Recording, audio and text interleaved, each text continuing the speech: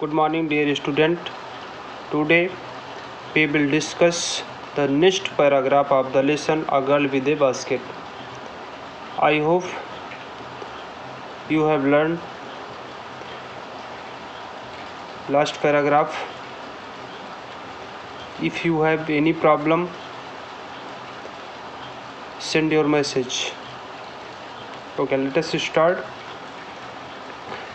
अभी तक आपने ये जाना कि लेखक अपनी यात्रा जिस मार्ग से होके कर रहा था उस रास्ते में उसने गंगा नदी के बाढ़ को देखा जो उस समय अपने उफान पर थी और जो चावल के हजारों एकड़ भूमि को ढकते हुए ओवरफ्लो करती थी, बहती थी. Okay. To the north were jungles, great expanses of grass, higher than a man's head and unbroken except for an occasional clump of trees, the home of tigers, elephants, pythons and cobras. Okay, understand this. North, उत्तर की ओर. Jungles, आप जानते हो जंगल ये आपका English word है. कुछ word ऐसे होते हैं जो हिंदी में आप बोलते हो उसको इंग्लिश में ही आप इसे लिख देते हो. एक्सपेंसेस, फैला हुआ, विस्तृत. ग्रास आप जानते हो, हायर मतलब ऊंचा, माइंडसेट व्यक्ति के सिर से. अनब्रोकन मतलब कंटिन्यू, ना टूटने वाला, एक्सेप्ट फॉर इसके अलावा. ओकेशनल मतलब यहाँ वहाँ, यदा कदा, कभी कभार, कई मीनिंग होते हैं ओकेशनल. क्लैंप मतलब होता है ग्रुप, समूह होता है. ट्री के समूह के लिए आप जो है ग्रुप नहीं लिखते हो, क्लम्प लिखते हो. ये होमोफोन्स, ये आप जो है सिंटेक्स में ध्यान रखना. कहीं आपको वर्ड दे दिया गया है कि द ग्रुप ऑफ ट्रीज, तो उसको आप सही करोगे the clump of trees. Okay. To the north, उत्तर की ओर. वर जंगल्स, क्या थे? जंगल्स थे. कह रहे हैं जिस रास्ते से होके जा रहा था उस समय उसके रास्ते में उत्तर की ओर जंगल थे और इस साइड में क्या थे? गंगा नदी का उफान था. ग्रेट एक्सपेंसेज ऑफ ग्रास, और क्या था? घास. और जो जंगल था किसका था? घासों के विशाल विस्तृत क्षेत्र में फैला हुआ था. हायर देन ए मैन्स हेड, और जो किसी व्यक्ति के सिर की अपेक्षा अधिक ऊंचा था. That means the jungle was covering with large grass. It is higher than a man's head, means 6 feet and unbroken except for an occasional clump of trees. और इधर तक क्या कह रहे हैं? यहाँ वहाँ निरंतर या न टूटने वाली श्रृंखला पेड़ों के समूह थे. कह रहे हैं न टूटने वाली श्रृंखला या निरंतर जो है कंटिन्यू पेड़ों के समूह थे. The home of tigers, elephants, pythons, और जो जंगल थे क्या थे? The home of tiger, that means the jungle was shelter of tigers, elephants, pythons and cobras. जो जंगल था टाइगर का घर था, एलिफेंट का घर था, पाइथन्स उसमें रहते थे और कोबरा दैट मीन्स विषैले सांप रहते थे. Everywhere else there was flat land running to the horizon. Horizon मतलब क्षितिज होता है. क्षितिज मतलब जैसे आप देखते हो तो ऐसा लगता है जहाँ पे ये एहसास हो कि आसमान और पृथ्वी टच कर रही हो. आप सीधा देखो कहीं पे, दैट मीन्स बीच में कोई अवरुद्ध ना हो, तो आपको ऐसा महसूस होगा कि पृथ्वी और आसमान एक जगह टच कर रहा है. तो वहाँ पे होरिजन पॉइंट उसको बोलते हैं. फ्लैट मतलब समतल. एवरीवेयर, और प्रत्येक जगह. इसके अलावा एल्स मतलब इसके अलावा, प्रत्येक जगह क्षितिज की ओर जाते हुए समतल कह रहे हैं इसके अलावा प्रत्येक जगह इसके अलावा क्षितिज की ओर जाते हुए समतल मैदान थे, बट लेकिन dotted here and there by the sacred banyan tree are by rows of pakal trees. Okay, dotted मतलब होता है आप डॉट डॉट करते हो ना, तितर बितर इधर उधर, जैसे dot dot dot dot dot dot आप करते हो ना, इट मीन्स इधर उधर।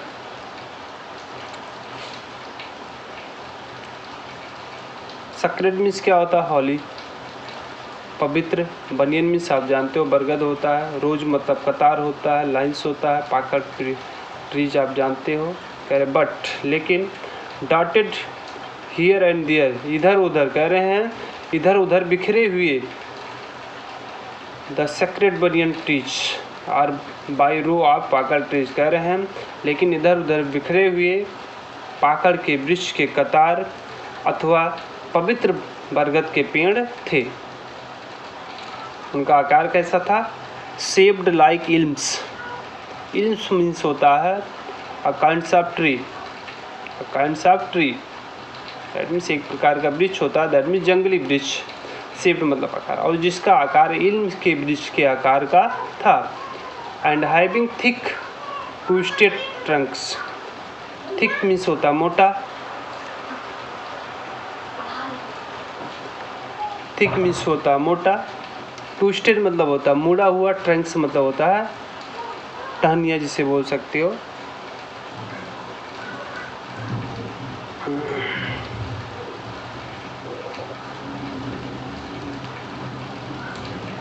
ओके, शेप्ड लाइक इल्म्स, इल्म्स के वृक्ष के समान उसके आकार थे। And having thick twisted Trunks, और इसके मोटे मोटे मुड़े हुए टहनियाँ थी।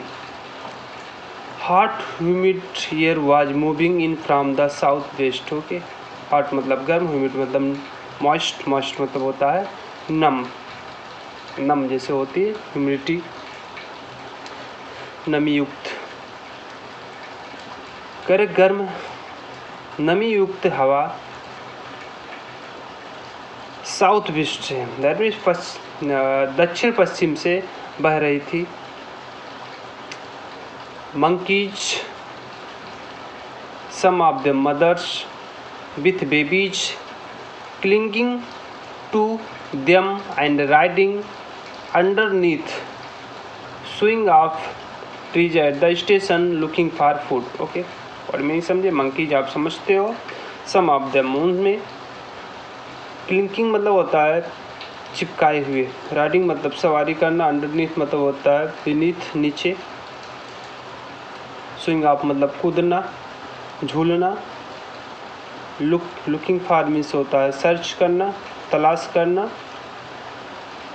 Okay, monkeys some of them mother, बंदर उनमें कुछ बंदरियाँ, with babies clinging to them, और उनमें कुछ अपने साथ बच्चों को चिपकाए हुए, एंड राइडिंग चिपकाए हुए थे, एंड राइडिंग अंडरनीथ, और इसके नीचे सवारी कर रहे थे। दैट मीन्स कुछ तो चिपकाए हुए थे और कुछ वैसे ही उनके ऊपर बैठ के सवारी कर रहे थे। Swing of trees at the stations looking for food, और जो भोजन की तलाश के लिए स्टेशनों पर पेड़ों से कूदते थे। कह रहे हैं जो भोजन की तलाश में स्टेशनों पर पेड़ों से कूदते थे। ये हो गया तो उस रास्ते का सीन। अब बता रहे हैं भारत के गांव का दृश्य इसमें दिखाया गया। राइटर ने जो देखा, the villages we passed had wall made of mud mixed with water and cow dung. Okay, और वो गांव बी पास्ट जिसमें हम गुजरे, कह रहे वो गांव जिसमें से हम गुजरे, had walls made of mud mix with water and cow डंग, और जिनके घरों की दीवारें गोबर और पानी से मिली हुई कीचड़ या मिट्टी से बने हुए थे। कह रहे वो गांव जिससे हम गुजरे, उनके घर गोबर पानी के साथ मिले हुए मिट्टी से बने हुए थे। Their peaked roofs were thatched. Thatched मतलब होता है छप्पर का होना, छप्पर से बना होना। ओके, बंडल ऑफ ग्रास, घास का बंडल गट से बोल सकते हो। पिक्ड मतलब होता है नुकीला भाग, चुट्टी जिसे बोल सकते हो। देयर पिक्ड और उनका देयर पिक्ड रूफ्स और उनके नुकीले भाग का जो छत, वर थैच्ड बंडल ऑफ ग्रास, किससे बना हुआ था? घास के बंडल से बना हुआ था। टाइड टू बम्बू पोल्स, और जो बांस के खम्भे से बंधा हुआ था। Stretched across the rafter, rafter means होता बल्ली जिसे बोल सकते हैं, तो बल्ली के दोनों तरफ फैला हुआ था। अक्रॉस यहाँ पे फैले, अक्रॉस मतलब इधर से उधर। स्ट्रेच मतलब होता है बिखरा हुआ, एक्सपेंड। दैट डे, उन दिनों, the pumpkin vines that grew over them, okay, were in bloom, trailing streak of yellow over dried walls. Word meaning समझे? पम्पकिन कद्दू होता है, वाइन्स मतलब लता होता है। वाइन्स को होमोफोन्स में नोट करें, VINES, वाइन्स हो गया, वाइन्स मतलब होता है लता। WINE, वाइन मीन्स आप जानते हो, उसको डिक्शनरी में नोट खोजें। और VEIN, इसको भी आप डिक्शनरी में खोजें। ओके, दैट डे, उन दिनों, द पम्पकिन वाइन्स, कद्दू की लताएं, दैट ग्रीव ओवर देम, जो उनके ऊपर उगी हुई थी, वर इन ब्लूम, क्या थी? खिली हुई थी। ब्लूम मतलब खिलना। Trailing streak of yellow over drape walls, drape means क्या होता है? खुरदुरा भद्दा जिसे बोल सकते हो, डल जिसे बोल सकते हो। Okay, trailing stick, trailing means क्या होता है? ट्रेलिंग स्टिक्स मीन्स होता है, ट्रेलिंग मतलब होता है लटकना, हैंगिंग। स्टिक्स मतलब होता है लाइन, पंख जिसे बोल सकते हो, धारियाँ जिसे बोल सकते हो। ओके, जो उस भद्दे दीवार के ऊपर पीले धारियों में लटकी हुई थी। दोबारा सुने, कहे उन दिनों पम्पकिन्स की जो बेन थी, लताएं थी, जो उन छप्परों के ऊपर उगी हुई थी, क्या थी? वर इन ब्लूम, वो खिली हुई थी।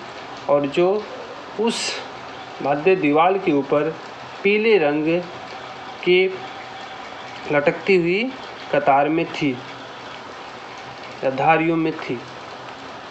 ओके, एट वन स्टेशन, एक स्टेशन पर, my routine of talking with the people was interrupted. Interrupted means क्या होता? बाधित होना, अवरुद्ध होना, स्टॉप्ड करे एक स्टेशन पर। अच्छा, वहाँ पे क्या करता था? अभी तक वो क्या कर रहा था? उससे जितने भी लोग मिलते थे, कोशिश करता था लोगों से हालचाल मतलब हाव भाव, डेली न्यूज़ के बारे में जानने की कोशिश करता था। लेकिन ये जो इसका सिलसिला था, एक स्टेशन पर बाधित हो गया। That means at one station, एक स्टेशन पर, माई रूटीन ऑफ टॉकिंग, मेरे बात करने का सिलसिला, विद द पीपुल, लोगों के साथ, वाज इंटरप्टेड, बाधित हो गया। That means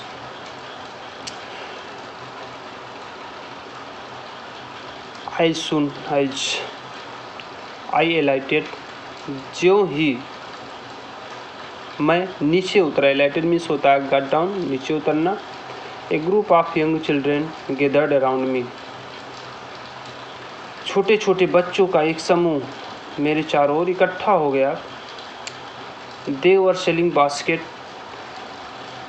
hand woven reed baskets with simple design and pattern, वह साधारण डिजाइन